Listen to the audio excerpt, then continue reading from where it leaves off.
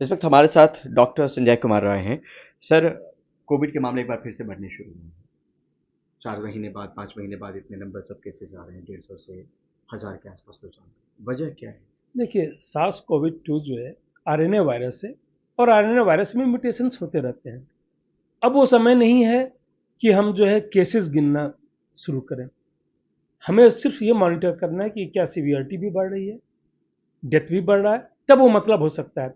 Cases जो है, क्योंकि री इन्फेक्शन भी होंगे, एक बार इन्फेक्शन होने के बाद जो इन्फेक्शन होता है री इन्फेक्शन करते हैं, या ब्रेक थ्रू इन्फेक्शन होंगे कि फुली वैक्सीनेटेड हैं, 2 हफ्ते से ज़्यादा हो गया है, तो अगर इन्फेक्शन हो रहा है तो उसको ब्रेक थ्रू इन्फेक्शन कहते हैं। ये दोनों होंगे। दोनों में अब हम कंपेयर भी करके देख सकते हैं कि किस ग्रुप में जो है सीवियरिटी ज़्यादा हो रही है, डेथ ज़्यादा हो रही है। नंबर ऑफ केसेस बढ़ते रहेंगे।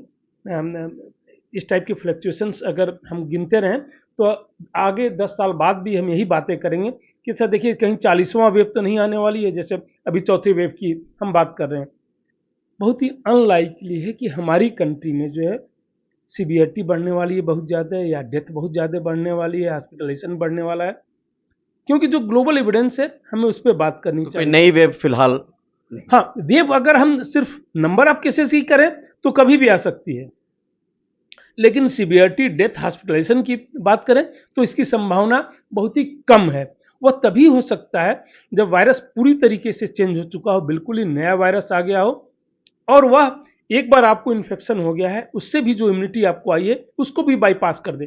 क्योंकि अगर उसको बाईपास कर देता है तो वैक्सीन वाली इम्यूनिटी को भी बाईपास कर देगा। जो ग्लोबल एविडेंस आज की डेट तक है कि जिनको एक बार इन्फेक्शन हो गया है वो बेटर प्रोटेक्टेड है, लंबे ड्यूरेशन तक प्रोटेक्टेड है। हो सकता है एक बार इन्फेक्शन होने के बाद आपको लाइफ लॉन्ग इम्यूनिटी मिल गई हो सीवियरिटी और डेथ से, जो साइंटिफिक एविडेंस जनरेट हुआ है। अब ये वायरस ऐसा नहीं है कि हम जो है बिल्कुल ही नया आया है, कुछ दिन पहले, 3 साल से ज़्यादा वायरस हो चुका है और काफ़ी ज़्यादा एविडेंस जनरेट हुआ है। समय आ गया है कि हमें जो है एविडेंस की बात करनी चाहिए। संभावनाओं की बात तब हम करते हैं जब सिर्फ संभावनाओं की ये हो जाएगा वो हो जाएगा, जब हमारे पास एविडेंस नहीं होता। अब हमारे पास काफ़ी एविडेंस है, इसलिए हमें सिर्फ एविडेंस जो भी जनरेट हुआ है उसकी बेसिस पे कमेंट्स करना तो चाहिए। एविडेंस क्या इशारा कर रहा है सर? एविडेंस ये इशारा कर रहा है कि जहां जहां नेचुरल इन्फेक्शन हो गया वहां अभी नियर फ्यूचर में कोई ऐसा बहुत बड़ा खतरा नहीं है सीवियरिटी डेथ से। जहां जहां नहीं हुआ है वहां हो सकता है।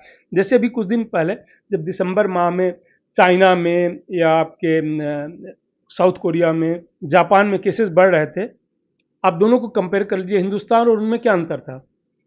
ये चारों कंट्री, हिंदुस्तान को ले लीजिए, चाइना को ले लीजिए, साउथ कोरिया को ले लीजिए, जापान हाईली वैक्सीनेटेड है। जापान में तो 4 डोज भी लग चुके हैं जी। तो अंतर क्या था? क्यों वहाँ केसेस हो रहे थे, यहाँ नहीं हो रहे थे? या क्यों वहाँ पे मौत ज़्यादा हो रही थी, यहाँ नहीं हो रही थी? इसलिए कि वहाँ कभी भी कोई बहुत बड़ा वेव नहीं आया, चाइना में कभी बहुत बड़ा वेव नहीं आया, साउथ कोरिया में पहले 2 साल कोई वेव नहीं आया। तो जहाँ जहाँ नेचुरल इन्फेक्शन नहीं हुआ है वहाँ कितना भी वैक्सीन लगा दो, प्रोटेक्शन जो है उस लेवल का नहीं मिलता जितना जो है नेचुरल इन्फेक्शन होने के बाद मिलता। वैक्सीन से प्रोटेक्शन मिलता है, सीवियरिटी डेथ कम होती है, लेकिन वो तब होती है जब पॉपुलेशन ससेप्टेबल हो। तो वैक्सीन का बहुत बड़ा रोल था जब पॉपुलेशन ससेप्टेबल था। मतलब ससेप्टेबल का मतलब ये होता है कि उनको इन्फेक्शन ना हुआ हो या वैक्सीन ना लगी हो।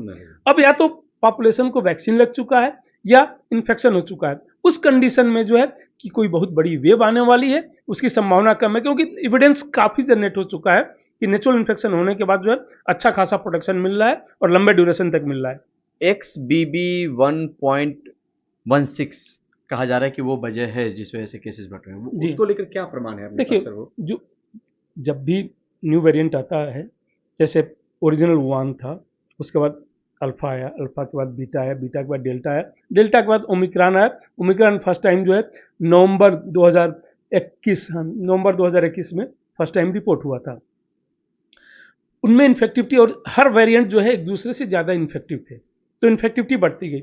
ओमिक्रॉन के बारे में ये आया कि इन्फेक्टिविटी तो उससे ज़्यादा है, कई टाइम ज़्यादा बढ़ गई, लेकिन डेथ हाँ, डेथ जो है यूजुअली कम है, तो उनसे विरुलेंस जो है इसका कम है, सो ओवरऑल मॉर्टेलिटी कम होती है।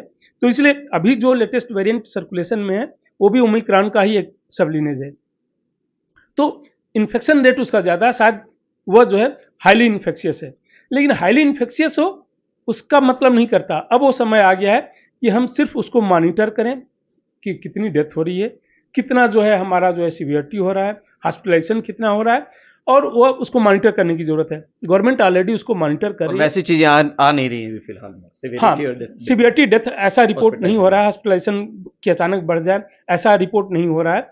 और सीक्वेंसिंग करके जो है, जीनोम सीक्वेंसिंग करके गवर्नमेंट उसको मॉनिटर कर रही है। यह जरूरी है, हमें जो है हमेशा मॉनिटर करते रहना चाहिए कि क्या वायरस का जो है अब बिहेवियर कहीं चेंज तो नहीं हो रहा है, वो इंपॉर्टेंट है। तो सर्विलेंस को स्ट्रेंथन करने की जरूरत है, जो सरकार अपने आप कर रही है उसको करना भी चाहिए। लेकिन बहुत ज़्यादा टेस्टिंग करके, सबको टेस्ट करके उसका कोई बहुत ज़्यादा बेनिफिट नहीं मिलने वाला है। 3 साल में जो है यह हमने देखने को आया कि बहुत ज़्यादा टेस्ट करके भी कुछ कंट्री जो है 10-10, साउथ कोरिया को ही ले लीजिए, जापान को ले लीजिए, उन्होंने बहुत ज़्यादा टेस्ट की, लेकिन उससे आप रोक नहीं पाते हैं, क्योंकि 19% से ज़्यादा लोगों को डिटेक्ट करना बहुत ही मुश्किल होता है। मेजॉरिटी जो है एसिम्प्टोमेटिक होते हैं, वो कैरी करते रहते हैं वायरस को।